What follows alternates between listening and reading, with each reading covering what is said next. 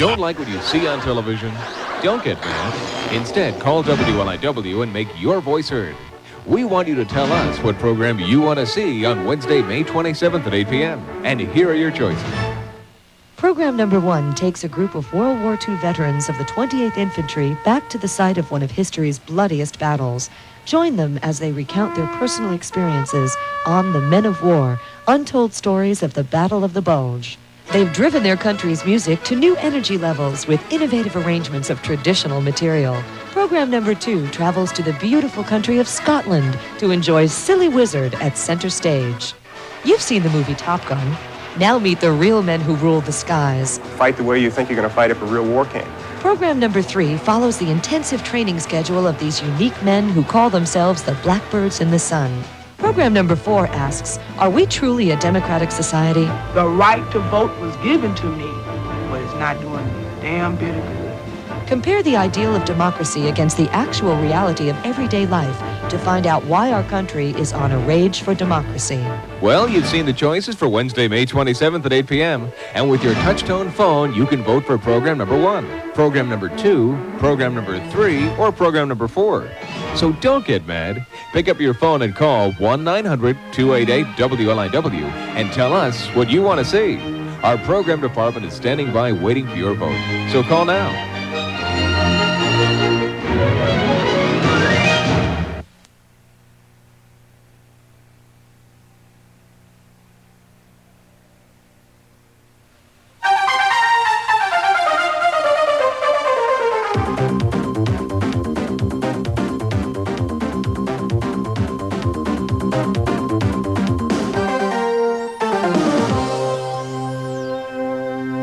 Hello and welcome to another edition of Oh My God, How Did It Happen?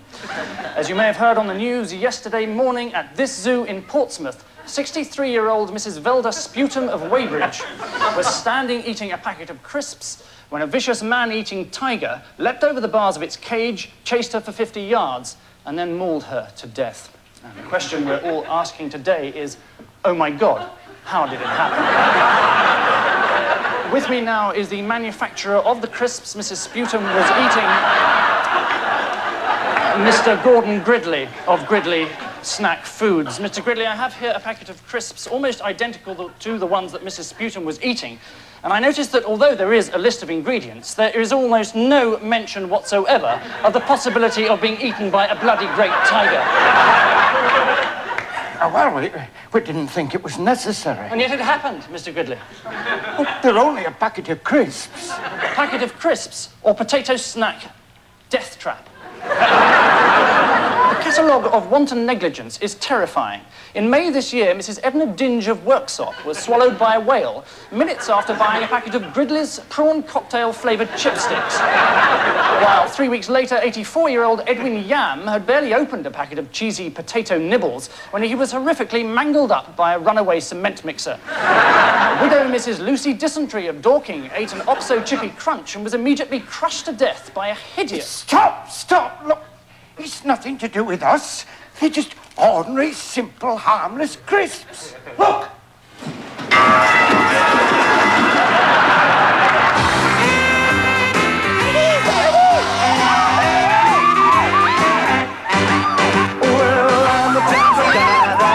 Settle down where pretty girls are. Well, you know that I'm around. I kiss them and I hug them, kiss to me. Good morning, Mr. Sayle.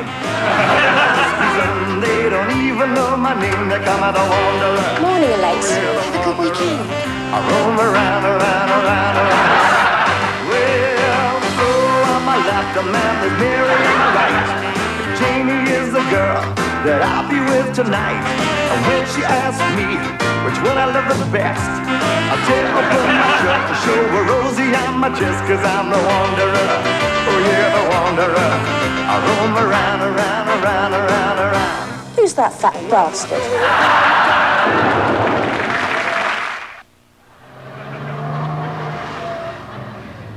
Donald Towser Fido is one of the new city breed. Tough, hard-working and ambitious. Before most of us are awake, he's already up and on the job. For every morning at 8 o'clock, Donald travels down to the heart of the capital to shout loudly about all the expensive things he owns. I'm gonna have some trouble you with fuel injection, and then you're coming with 4 baggy suits! 7 baggy suits! 8! I've got a fully programmable compact displayer! I've got 2 nannies! No, 3 nannies! I've got an automatic dishwasher! But does being a posh person with an extremely loud braying voice mean that it's difficult for you to switch off and relax? No! Not at all!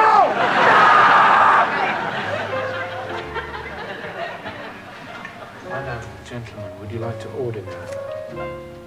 Yes! I have the extremely expensive smoked salmon! 2 smoked salmon! No, 3 smoked salmon! I'll have a tube full of caviar and some unbelievably expensive champagne! Like a barge load of champagne! The smoked salmon is a close cousin of the North Atlantic red salmon and can be distinguished from it by its more muted colouring and tendency to lie around on plates in restaurants. A habit it has in common with the male African elephant. Adult bull elephants are masters of subtle camouflage and can blend in skillfully with almost any surroundings. Another familiar figure in our towns and underpants is the giant Fijian spider, which can often be seen laying its large oval leather egg by kicking it out of the oviduct with its back feet. But the prize for sheer ingenuity must surely go to the Amazonian bald mamba, the most lethal snake known to man. It kills its prey with an elaborate series of explosive charges laid in the sand and detonated by a remote control device in its upper front fangs.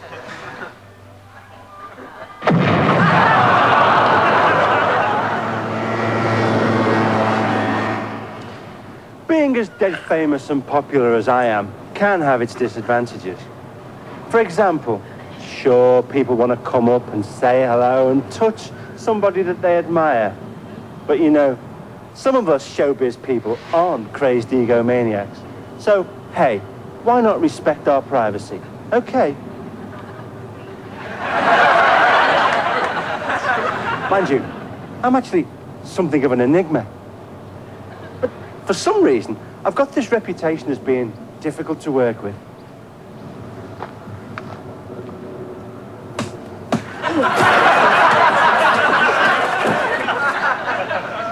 It's completely untrue. Mind you, recently things have been very traumatic for me. I've just been through a very messy divorce. All the way through the trial, the judge ate egg mayonnaise sandwiches and they squirted everywhere. So I went for a drink down my favourite pub, but it had been changed. It had got an S on the end. You know, like when your pub's called like the King William or something, and you go in there and suddenly it's called Willies, or Ziggies, or Bogies. Our pub now, it's called Nobbies, and it's been done out inside like a VD clinic. The pub, right, I mean, it's full of kids. I mean, like 6-year-olds, and they're standing at the bar going, 6 gin and Marmites over here, please, mate. And like the car park's full of GTI baby buggies. And the food. I mean, you got this lasagna, right, and they call it homemade. I mean, whose home was it made in? Yeah, I realise, right, it's the sort of food you get if you'd been put in a home, like a Victorian home for fallen pickpockets, or a home for the criminally tasteless. I'm a great reader of Victorian literature. This is the actual original manuscript of Little Dorrit. And this is the sequel to it. Big Dorrit, which, as you can see, was never finished. But today, the Byzantine structures of these works of fiction are being gradually eradicated by the new high-tech publishing revolution. Well, the novels of Dickens have always been ludicrously overmanned. The fact is, we simply don't need 127 characters in Martin Chuzzlewit anymore, doing the job that Geoffrey Archer can do with a couple of MPs and a male prostitute. Last Monday, publishers Proofrock and Limpet announced that as from midnight, they were laying off 259 major characters from Dombey and Son, and will be seeking a further 300 voluntary redundancies from Bleak House and Barnaby Rudge over the next 18 months. Well, it's appalling, quite frankly. There's been no negotiated settlement, and quite honestly, this dispute is going to spread. 2 days later, the complete works of Dickens' National Executive voted on whether to ballot their members for all-out strike action. The result of the vote is as follows. In favour, 23, against 14. But even before the ballot took place, Prufrock and Limpet had taken preemptive action with what amounted to a complete lockout on Oliver Twist. A novel now being run entirely by the management. All right, my dear, I'm coming. Who is it? It's me, Fagin, Dodger. I've got the boy.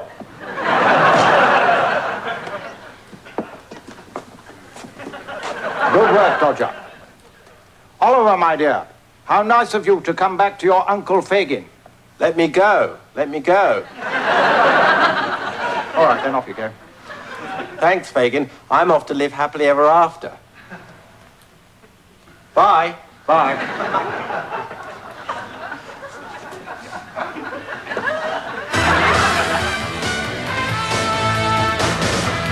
Modern technology. Isn't it a load of old crap, eh? Electronic graphics on television. Oh, that joke didn't get a laugh. Well, let's squash the comedian and then flip him upside down. Whoa, here we go. All this designer scribble's giving me a headache. In fact, any minute now, I think I'm going to be violently sick.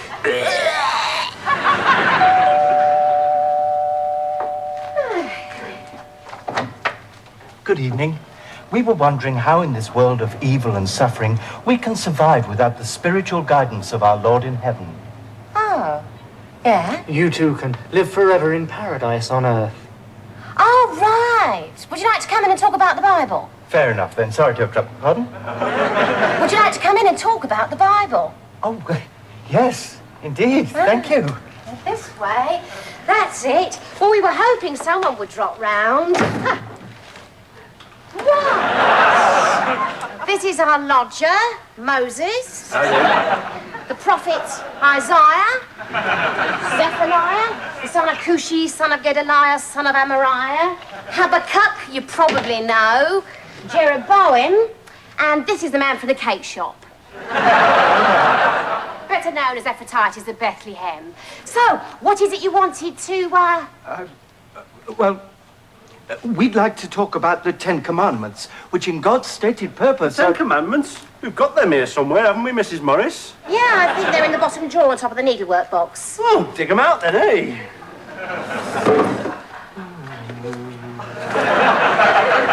Yes, here we are.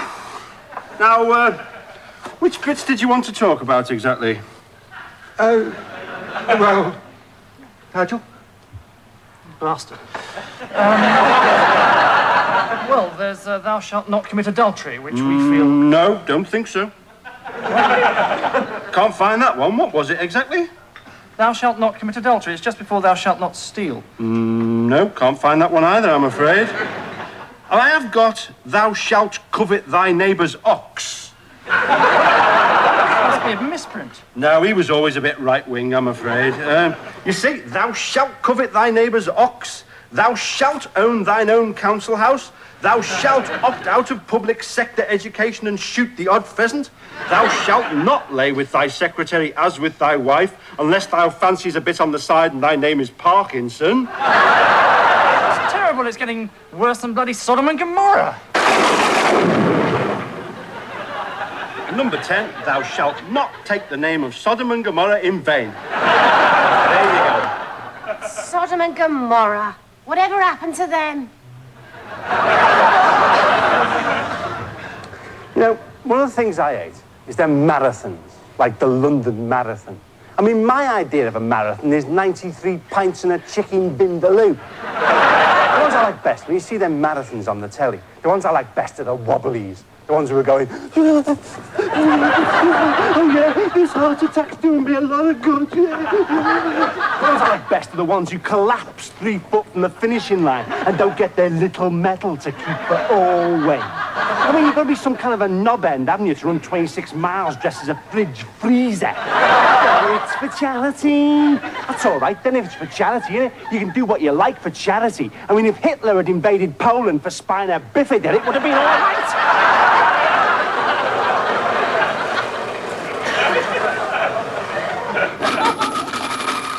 Guard dogs for the dead, sir. Every penny sends a headless child on a holiday to the Costa Brava.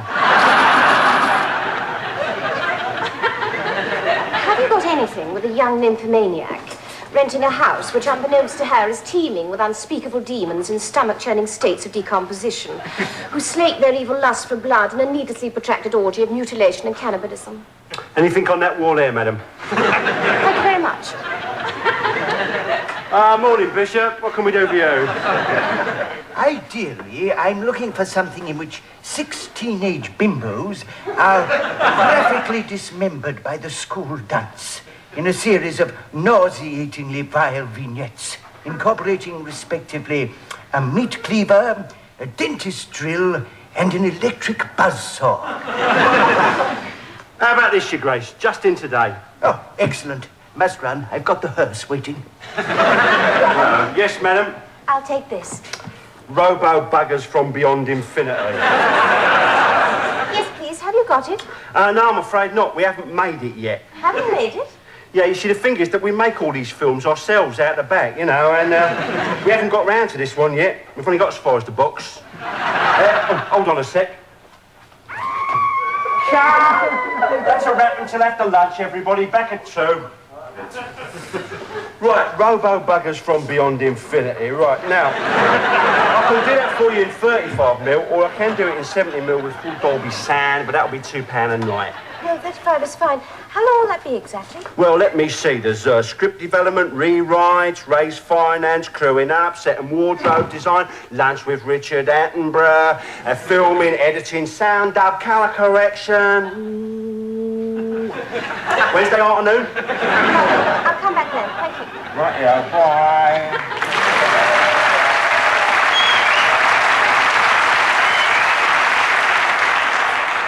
You know, anthropologists, scientists and that travel all over the world looking for tribes with primitive rituals, you know, up the Amazon and the Congo. But all they really need to do is talk to some motorbike riders, bikies, you know, because they have all these primitive rituals. Like, they're really bad for these primitive bravery rituals, you know. Like, I was talking to some bikies the other day, and he said, "Cool." He said, one of these bikies, he said, "Cool, we had a laugh the other day." He said, "Go blimey, knock it on the head, do what?" He said, "We went for a burn-up round the trading estate, right? Me and my mate on my bike, Arthur and his girl Lil on his bike, right? Drop down a cog, give it a handful, come round the roundabout.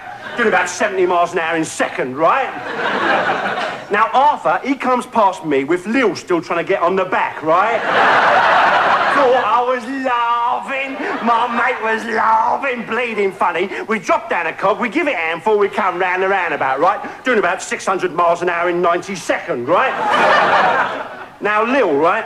Lil, she don't give up easy, right? She don't give up easy, especially not when the sparks coming off the bottom of her legs, right? So she grabs hold of the pillion, right? Climbs aboard and stands up, right? Just as it goes under a low bridge. Takes her bleeding head clean off. Caught, I was laughing, bleeding funny. We drop down a cog, we give it a handful, we come round the roundabout, right? Doing about 12 billion miles an hour in 790 seconds, right? Now, Arthur, right? Arthur, he don't know that Lil's head's come off, right? So he turns round to find out while she's hanging on so tight, and he don't like it.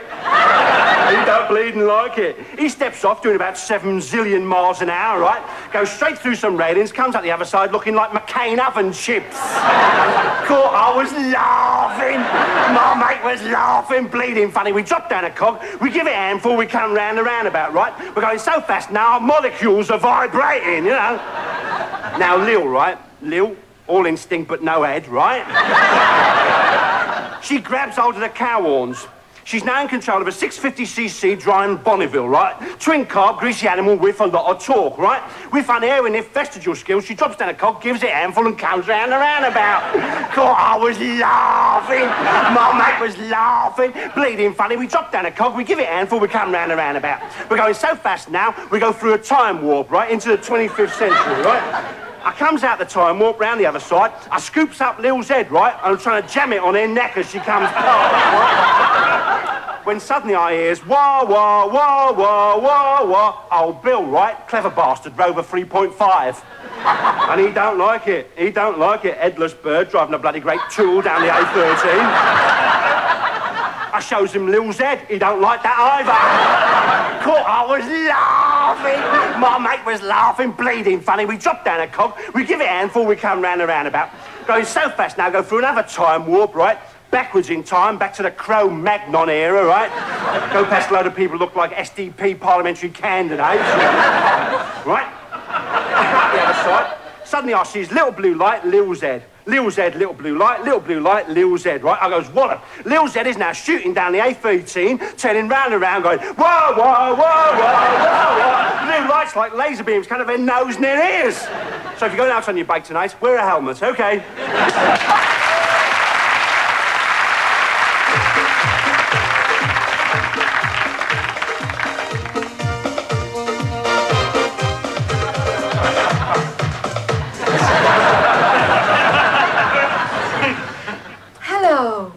Well, this autumn, brains are out. I've had mine sucked out through my ears using a special syringe. And as you can see, I'm now so completely shallow, I can wear all my Jean Muir dresses again. Later on in the program, I'll be looking at skirts and blouses. I'll also be staring at walls and ceilings, gazing into thin air, and smiling inanely at telegraph poles. But first, clothes. Thanks, Helen. I forget who I am for the moment, but I don't suntan my face in case of stubble fires.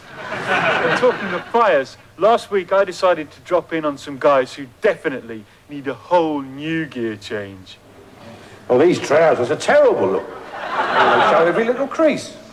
I mean, the old cut of the outfit is wrong. It needs more taken away from the shoulders to give you that sort of blouson look.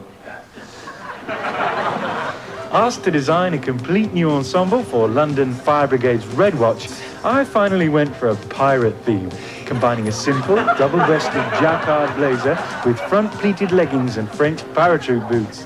And replace those jaded old-fashioned helmets, a choice of wide-brimmed fedoras and borsalinos.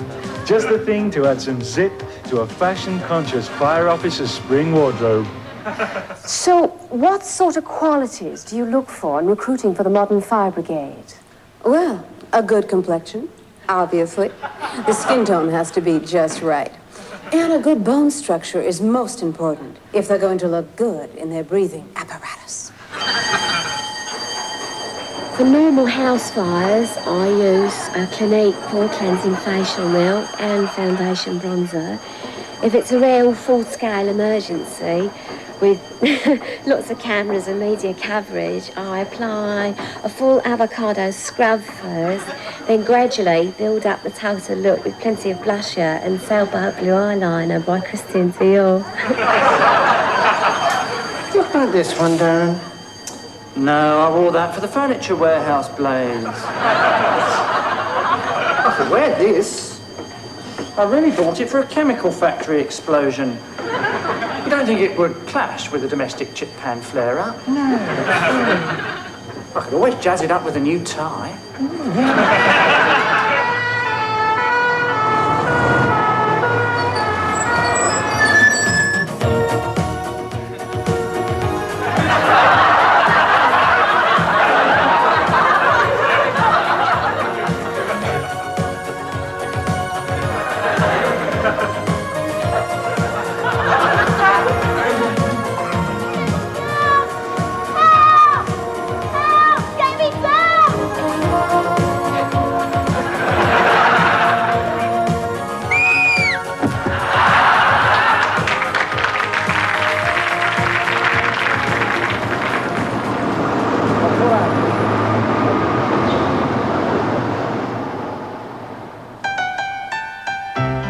Now we've come to the end of the series. Hi, Lex. Bye, Harriet. Bye, Annalise. And it's time to find out what we've learned. Have we reached some amazing conclusion? Tomorrow, Alexei. Bye, Mark. About the nature of life on this earth? Well, we've studied every single aspect of nature. Bye, Lex. butterfly. All science and all life has unfurled. And the only conclusion I've come to is that it's a funny old world. It's a funny old world. It's a funny old world. It's a funny old world. It's a funny old world. We're governed by liars and hypocrites from all political parties. There's not one of them wouldn't sell their mum for a packet of Smarties. The air is poisoned every time that you rev your coupe. If we go on like this, the ionosphere is gonna need a toupee. It's a funny old world. It's a funny old world. It's a funny old world. It's a funny old world. It's a funny old world. It's a funny old world.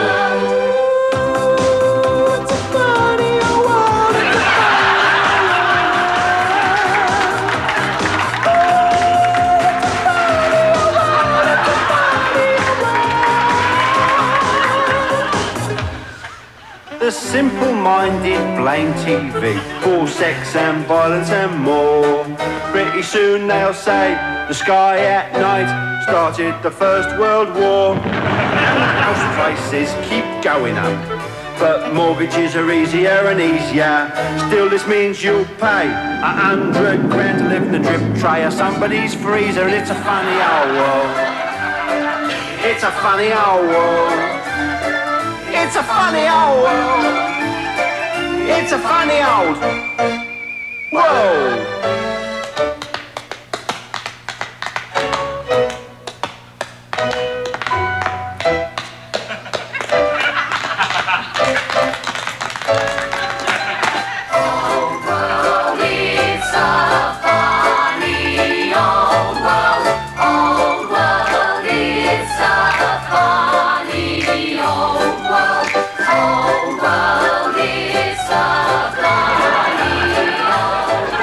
Ranching is destroying vast tracts of tropical jungle. It takes 55 square feet of grazing to produce a single beef burger. It's a funny old world. In Britain, 1% of the population own nearly a quarter of the wealth. It's a funny old world. It costs £70,000 to put a child through public school, and yet because public schools are registered as charities, they don't pay any tax. Looking for some laughs? Stay tuned as WLIW presents some of the best stand-up comedy on the award-winning Comedy Tonight. Coming up next. It's a funny old world. I'll go in there, sir. The human race is destroying precious rainforest equivalent to 200 football pitches every minute.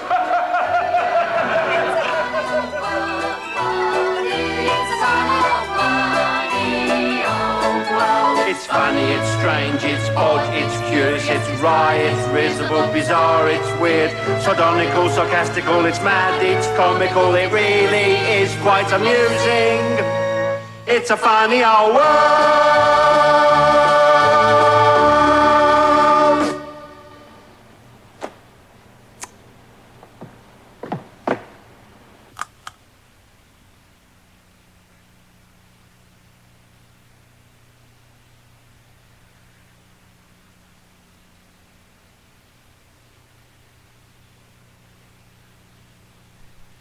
Have you ever seen a man hang? No. You like to?